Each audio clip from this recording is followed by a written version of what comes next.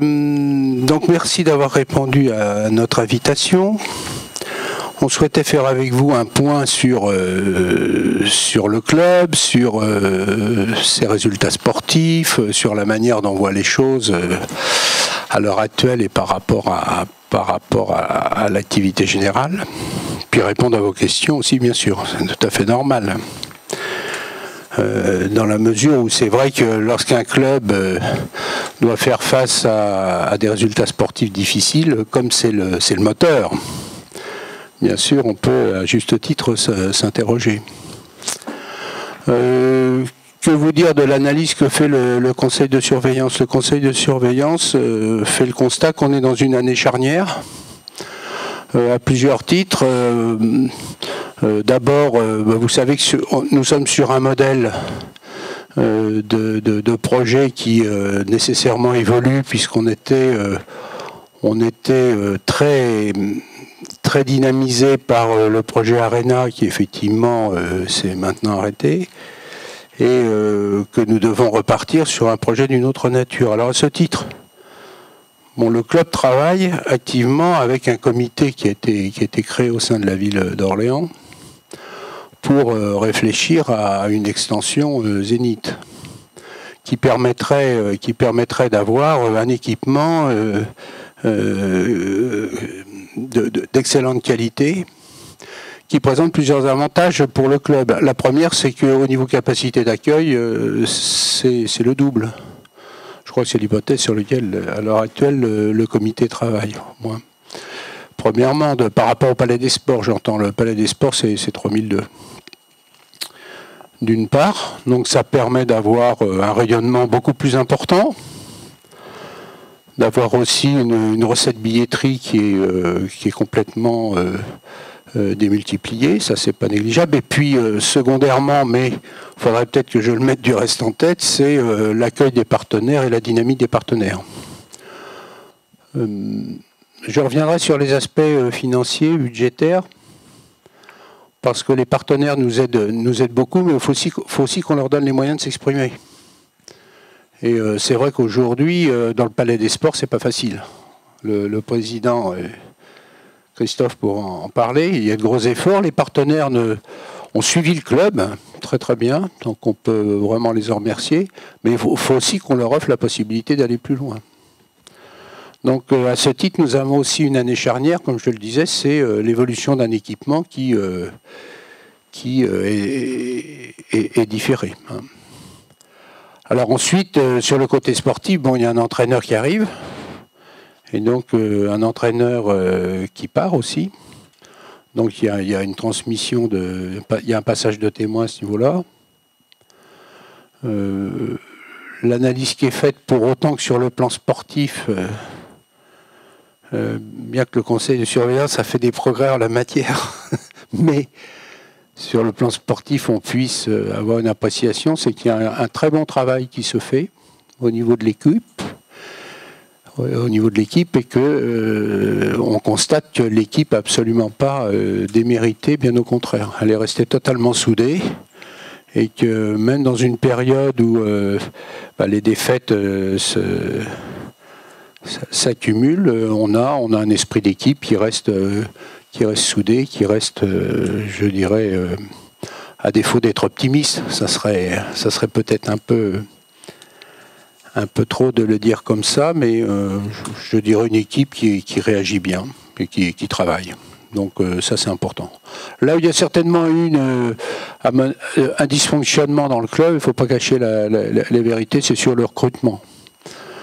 C'est-à-dire qu'on a eu à la fois des bonnes nouvelles et des mauvaises. Les bonnes nouvelles, c'est que, par contre, Marco Pelin, qui était en retour de blessure grave, finalement, il prend une place importante. C'était pas évident. Mais par contre, pour les pivots, enfin ce qui est sous le panier, là, on est un peu court. Hein. Et donc, le recrutement s'est pas fait dans les conditions qui convenaient. Et c'est sûr que sans cette puissance en dessous le panier, il est difficile pour nos bons shooters de s'exprimer totalement. Donc c'est aujourd'hui on peut dire ce qu'on vit. Mais dans le même temps, le constat a été fait assez rapidement, je dois dire, et le directoire du club a réagi vite, puisque là, vous avez décidé à juste titre de changer de main, de ce point de vue, hein, sous le panier.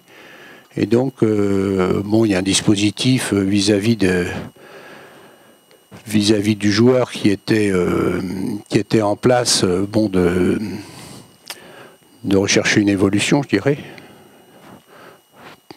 Évolution peut-être définitive. Et dans le même temps, de recruter, ce qui a été fait aussi, un joueur qui avait été sollicité en début de saison, mais qui, pour des raisons financières, n'avait pas pu être recruté. Parce qu'à l'époque, le tarif était trop lourd pour le club. Ce que je retiens du recrutement, c'est qu'il y a un goulet d'étranglement à un moment donné, tout vient en même temps. Moi, c'est comme ça que je vois les choses, je vous parle franchement. C'est comme ça qu'on me les explique. C'est-à-dire qu'à un moment donné dans la saison, tous les clubs veulent recruter en même temps, tous les agents viennent présenter leur offre, et à ce moment-là, les enchères montent. Si c'est dans cette situation que vous êtes preneur des joueurs qui vous intéressent, vous avez une équation budgétaire impossible. Voilà, alors après, ça peut être des occasions manquées aussi, parce que pour lui, je pense qu'il est très apprécié à Orléans. Donc pour un joueur, ça compte aussi de savoir quelle va être la qualité de la ville d'accueil, du club d'accueil. Voyez-vous, le sport, c'est pas simplement des paniers à mettre, hein. Ils le savent bien, les joueurs, même si ce sont des jeunes. Ils savent aussi que le parcours se fait avec une équipe, avec un entraîneur, avec un entourage. Tout ça, à mon avis, ce sont des vraies valeurs. Ici, il y a des vraies valeurs. Le club est très structuré. Tout ce travail qui a été fait en amont, aujourd'hui, on le voit. On n'a aucune alerte d'aucune nature sur le fonctionnement du club. Ça fonctionne très bien. Donc peut-être qu'il aurait eu besoin de réfléchir différemment à l'époque pour se retrouver dans une situation qui aurait été aussi pour le club plus favorable dès le mois de juillet. Donc nous, c'est vrai, moi je le dis franchement, on a une difficulté dans la politique de recrutement par rapport à cette gestion et à cette période où tout vient en même temps et où il faut faire des arbitrages très rapidement. Et c'est vrai que c'est une difficulté que le club n'a pas aujourd'hui réussi à totalement surmonter. Moi, je ne le cache pas, ça. Pour en revenir en fait à Sean May par rapport à son exigence du début de saison, en fait il avait une exigence de début de saison qui était hors marché par rapport aux capacités en fait des clubs à pouvoir offrir ce budget, et donc en fait il s'est retrouvé sans club jusqu'au mois de novembre. Donc ça veut dire que en fait ses prétentions ont évolué, et pour lui il y avait une priorité en fait à retrouver du temps de jeu, ce qu'il a fait en fait avec Rouen pendant 1 mois et demi, sachant qu'à ce moment-là nous étions déjà en contact avec Sean May. Nous n'avons pas souhaité en fait avancer à ce niveau-là parce que nous n'avions pas d'accord vis-à-vis d'Eric Nix. Voilà. Mais si nous avions trouvé un accord, on se serait positionné très fortement, très fermement sur Sean May et plus tôt. Mais on a gardé en fait le contact, et Sean May a exprimé aussi le souhait de venir chez nous. Et son souhait, c'est pas un souhait financier, c'est un souhait d'encadrement, de projet, de proximité avec un certain nombre de joueurs. Et il savait que le club d'Orléans était un club qui fonctionnait bien, à la fois en termes de logistique, au niveau de l'entraînement et au niveau de son fonctionnement global. Et on a une très, très bonne image en fait à ce niveau-là. Comme pour toute intégration d'un nouveau joueur, ça nécessite une période d'adaptation. Si vous regardez les premiers matchs de Sean à Rouen, il a eu 3 matchs, les premiers, qui ont été, je dirais, moins faciles que celui qui était le 4e. Donc il y a une intégration qui doit avoir lieu. Il nous apporte... je vais réemployer le terme qui a été usité, une sérénité dans le jeu offensif, dans la sûreté de ses mains. Et ça, c'est quelque chose de très positif pour l'ensemble du groupe. Et je ne doute pas qu'il aura un écho supérieur samedi. Mais la responsabilité du résultat sera la responsabilité de l'ensemble du groupe. Sean est un atout supplémentaire. Bon, il est en réflexion moins. Réflexion moins, ça veut dire que avec M. Nix, il faut trouver un bon accord pour qu'il puisse évoluer comme le souhaite le club. Mais voilà, on voudrait trouver un accord avec lui. Et je pense qu'on va le trouver rapidement. C'est pas signé. Non, mais ça devrait l'être. Hein, on se donne un petit délai encore. Et vous savez que parfois, pour trouver un bon accord, il faut un peu de temps, quoi. Donc on se donne un petit peu de temps. Mais nous, on avance. Hein. Si vous voulez un bon accord pour qu'il trouve une solution sportive et que nous, on puisse évoluer avec les joueurs qu'on a choisis maintenant. Sans lui. Donc, c'est une année charnière, comme je l'ai dit, c'est l'évolution d'un projet par rapport à l'équipement, c'est l'entraîneur qui change, c'est aussi les procédures de recrutement sur lesquelles on doit être vraiment très très rigoureux. Et c'est vrai que le club doit travailler cette base-là.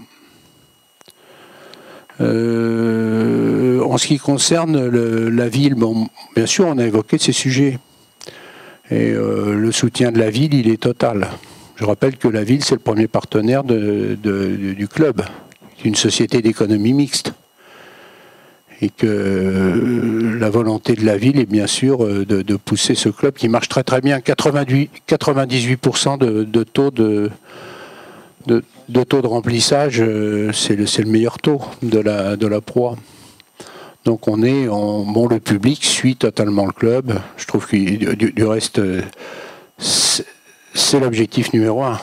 Hein, qu'il y ait un public qui soit au rendez-vous. Terre de basket, on le sait, ça fonctionne très bien. Et puis immédiatement après, la ville d'Orléans est aussi particulièrement satisfaite de voir que les partenaires, ils sont au rendez-vous aussi. Hein. Et on a 240 partenaires, on a un budget partenaire qui se tient sur les bases que nous avions fixées. Donc, de ce point de vue, c'est aussi un sujet de satisfaction. La réflexion que nous faisons, c'est aussi que la dimension basket au niveau Pro A a évolué. C'est-à-dire que, si vous voulez, on voit apparaître aujourd'hui des classes d'équipes qui sont assez différentes. Et ça doit nous amener à réfléchir. Je reprends mon côté financier, m'en voulez pas, mais je suis là aussi pour ça. On s'aperçoit qu'aujourd'hui, on a à la ville d'Orléans qui finance le club à 30%. Comme dans la moyenne générale du financement des clubs, on a pour l'OLB un budget de 4 330 000 €. Et donc c'est le 10e budget de la Pro A. 10e sur 18. Et dans le même temps, on a, au point de vue masse salariale brute, 1 420 000 €, donc 9e masse salariale. Donc ça, c'est notre positionnement financier. Tout n'est pas financier, mais il y a généralement un lien quand même entre les moyens dont on dispose dans le sport professionnel et les résultats qu'on obtient. Alors là, je dis qu'il y a des classes qui sont en train de se créer quand même. Il y a des budgets vers lesquels on ne pourra pas aller. Les gros budgets de la Pro A sont maintenant des budgets qui effectivement, alors pour des raisons qui ne m'appartient pas d'expliquer, mais Asvel 7,3 millions, Limoges 7,2 millions, Strasbourg 6 millions, Le Mans 6 millions. Vous voyez, on est dans des tailles de budgets qui ne sont plus dans nos proportions, quoi. Alors ça s'explique, bon, parfois c'est un joueur emblématique qui vient renforcer le budget, parfois c'est une ville qui veut absolument reprendre pied dans le basket parce que c'était une ville emblématique et qu'elle avait perdu prise et qu'elle revient. Donc on voit un peu des classes d'équipes se créer entre, je dirais, un niveau un peu inatteignable pour nous et puis un niveau intermédiaire dans lequel nous sommes. Est-ce que ça signifie pour autant que on peut pas jouer notre jeu? C'est pas sûr, parce que ceux qui font des très bons classements n'ont pas forcément des budgets supérieurs à Orléans. Donc tout n'est pas financier non plus. prends l'exemple de Dijon l'an dernier. Bon, cette année, ils ont un budget de l'ordre de 4 millions, un peu inférieur à Orléans, et ils se comportent bien. Donc, c'est simplement pour vous donner quelques repères et vous dire dans quelle réflexion nous sommes à l'heure actuelle. Sur le plan financier, notre objectif, c'est aussi de maintenir l'équilibre, faire un petit effort si nécessaire dans le recrutement pour assurer un résultat qui ne nous menace pas. Ça, c'est ce que le conseil de surveillance dit. On va pas être menacé d'un résultat de relégation pour un aspect budgétaire, je dirais, qui par rapport à la masse de 4,4 millions sera un aspect mineur. Mais il faut que les recrutements soient là. Donc, rappeler le soutien de la ville me paraissait très important. Remercier le public aussi, c'est ce que j'ai dit, et les partenaires. C'est aussi essentiel, mais réfléchir au devenir du club par rapport à ses moyens, je l'ai dit.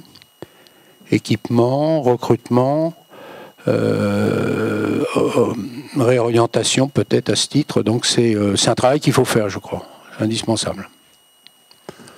Donc on est dans cette phase. Hein, donc on est dans cette réflexion, et dans le même temps, avec le très bon recrutement qui a été fait, le match de Châlons qui a été brillant dans sa première phase, puis après plus difficile, mais ça peut arriver, nous laisse quand même espérer que on a les moyens de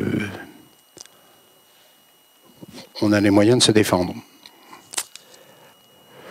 Non, elle n'est pas nettement supérieure, mais si vous voulez, on a une masse salariale qui se comment ? Non, elle est comparable. Masse salariale joueur, elle est comparable. Non, il n'y a pas de... Elle est identique, voire légèrement inférieure. Ce qui est mesuré par la LNB, c'est la masse salariale sportive. Donc, il a intégré en fait la notion d'encadrement. Et comme on a baissé le budget cette année d'environ 250 000 euros, 240 000 euros, eh bien on a fait un certain nombre d'économies sur le fonctionnement du club, mais aussi sur l'encadrement sportif, évidemment. Et on n'a pratiquement pas bougé, en fait, la partie des joueurs. Non, pas du tout. Non, ce que j'ai dit, je répète, effectivement, vous avez raison de revenir sur cette question. Si on doit faire un effort cette année pour nous garantir un maintien, il faut qu'on le fasse, donc ça c'est clair, mais pour le moment, on n'est pas obligé d'aller dans les réserves du club. On reste à un niveau qui est compatible avec notre budget. Je rappelle du reste que les comptes sont certifiés 2 fois par an pour la Ligue professionnelle, et que notre atterrissage 2015, 30 juin 2015, nous permettrait de faire cet effort. Enfin, c'est comme ça que je vois les choses.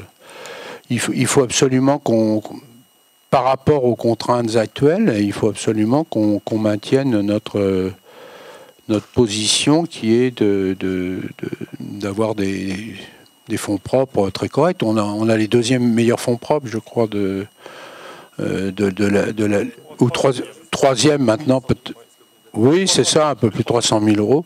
Bon, nous, pour moi, c'est essentiel, on veut conserver cette situation qui nous garantit une bonne indépendance.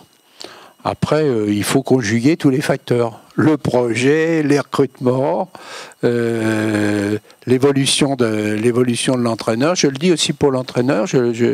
Nous, on lui a vraiment dit, parce qu'il peut y avoir aussi des moments de doute. Enfin, j'imagine que nous en avons, lui peut en avoir aussi. On lui a vraiment dit qu'on avait confiance en lui. Donc ça, c'est important. Peut-être que je l'exprime aujourd'hui, parce que je pense qu'il fera un vrai travail de fond, et je vois que l'équipe est très solidaire avec lui, les choses vont bien. Simplement, il nous manque à un moment donné ce qui fait passer de l'autre côté au point de vue victoire. Et ça, faut qu'on y arrive maintenant. Mon métier n'est pas de me concentrer sur ces aspects-là. Mon métier, c'est de me concentrer sur la préparation du prochain match, réfléchir aux évolutions qu'on peut amener à l'équipe pour qu'elle progresse. et toute mon énergie elle est concentrée là-dessus. Ce n'est pas ce qui se passe autour de moi ou de l'équipe qui doit engendrer mon investissement au quotidien. Et donc ça fait partie du métier. Ça fait partie du métier. Dans ce métier-là, on fait un métier où on exerce devant tout le monde 1 fois ou 2 fois par semaine. Maintenant, on travaille tous les autres jours de la semaine. On existe aussi parce que les gens ont ce pouvoir de voir le match, de vivre des émotions. Et si aujourd'hui, effectivement, nos résultats sont sous les attentes, c'est une réalité. Et je comprends tout à fait que les gens qui nous soutiennent, qui sont attachés au club, soient à un moment déçus. Et c'est leur liberté d'exprimer cette déception. Maintenant, c'est pas ça qui doit agir sur mon engagement dans mon travail et ma détermination. Voilà. Bon, ce qui compte aussi pour apprécier la situation, c'est que pour nous, l'équipe n'a jamais baissé les bras. Même si à un moment donné, il y a pu y avoir 1 ou 2 matchs plus difficiles, le bilan, c'est quand même que l'équipe n'a pas baissé les bras. Et qu'on a vraiment des joueurs de talent, des joueurs très, très adroits. Simplement, il faut leur donner, faut les protéger un peu pour qu'ils puissent s'exprimer. Et cette protection par la raquette, on ne l'avait pas. Hein. Je crois que ça, c'est clair. Bon, là, je pense que les mesures ont été prises pour que on puisse maintenant voir les choses différemment. C'est vrai que les décisions, comme l'a dit très bien Christophe Dupont, il aurait été intelligent qu'on trouve un accord plus tôt et que ça vienne plus tôt. Moi, on m'en a parlé, il y a un mois et demi, presque 2 mois, Christophe. Donc cette mesure, elle aurait pu venir plus tôt dans le temps, c'était bon pour tout le monde.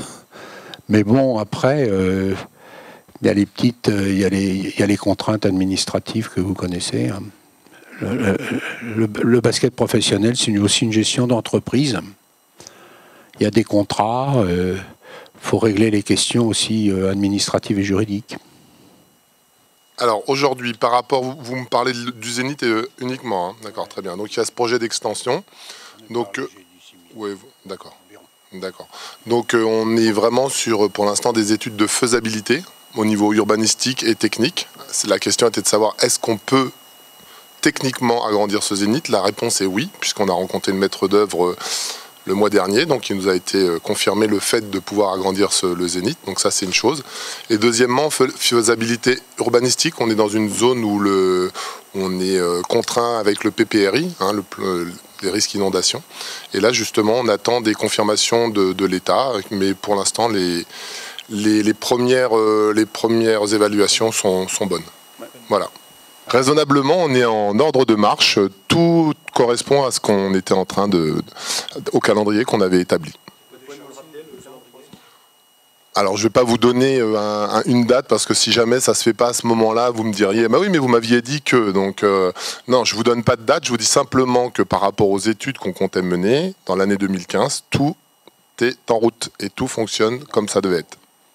Non, en tous les cas, on a bien conscience que pour l'évolution du projet du club, cette structure est indispensable. Et à ce titre-là, on est en train d'avancer par rapport à ça, et ça rentre vraiment dans l'évolution du projet du club. Voilà. Non, si le travail se fait simplement, la difficulté de la réalisation des travaux sur ce site, c'est effectivement les aspects des contraintes que Philippe Peset a parfaitement rappelé. Et ça, cette étape-là, elle n'est pas franchie pour le moment. Voilà, il vous le dit clairement. Moi, je pense que la réalisation des travaux, c'est de l'ordre d'une année à peu près, si vous voulez. On considère toujours que pour faire… Mais ce qu'on ne maîtrise pas aujourd'hui, c'est les autorisations. Hein, donc, sinon, après, je crois que l'équipe peut travailler en temps masqué pour déjà bâtir la stratégie du projet dans le même temps où les autorisations cheminent sur le plan administratif et préfectoral.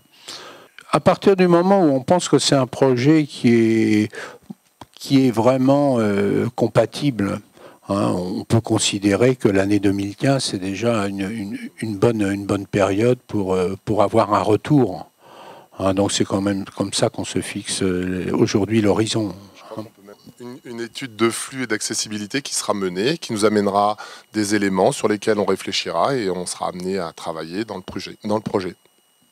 Le financement, c'est pareil. Dans le cadre de l'étude, on aura des chiffres qui seront annoncés et voilà. Après, on prendra la procédure adaptée par rapport à ça. Mais je pense que sur le plan financier, mon voisin de droite serait bien à même de vous répondre. On va s'apercevoir, si vous voulez, que sur les réalisations et les financements, le projet ARENA n'était pas du tout un projet décalé ni farfelu, dans la mesure où on sait à quel niveau il devait être financé. Et s'il n'y avait pas eu les refus de financement auxquels nous avons fait face, je rappelle la ville d'Orléans, il n'y a pas encore très longtemps, a gagné en appel le procès, mais curieusement, devant un tribunal administratif, c'est pas parce que vous gagnez en appel que vous gagnez l'argent qu'on vous a pas donné. Hein, c'est comme ça. Donc c'est un peu surprenant. Et ça m'a effectivement déçu de voir qu'on avait gagné toutes les procédures. Donc on avait un dossier qui était vraiment très très solide, mais dans le même temps, on ne reconnaissait pas le bien fondé.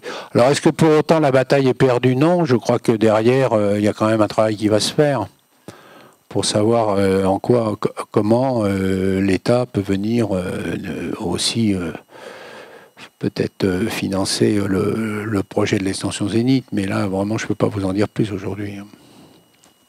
Vous savez, c'est une dynamique d'entreprise. À partir du moment où le projet se construit, les partenaires y voient un intérêt nouveau, la possibilité de communication existe, le club comme la proie, et puis j'imagine au Zénith avec des espaces festifs comme ça avait été imaginé au niveau de l'Arena, à mi-niveau, avec des possibilités de restauration, d'accueil, un lieu de vie aussi pour les familles.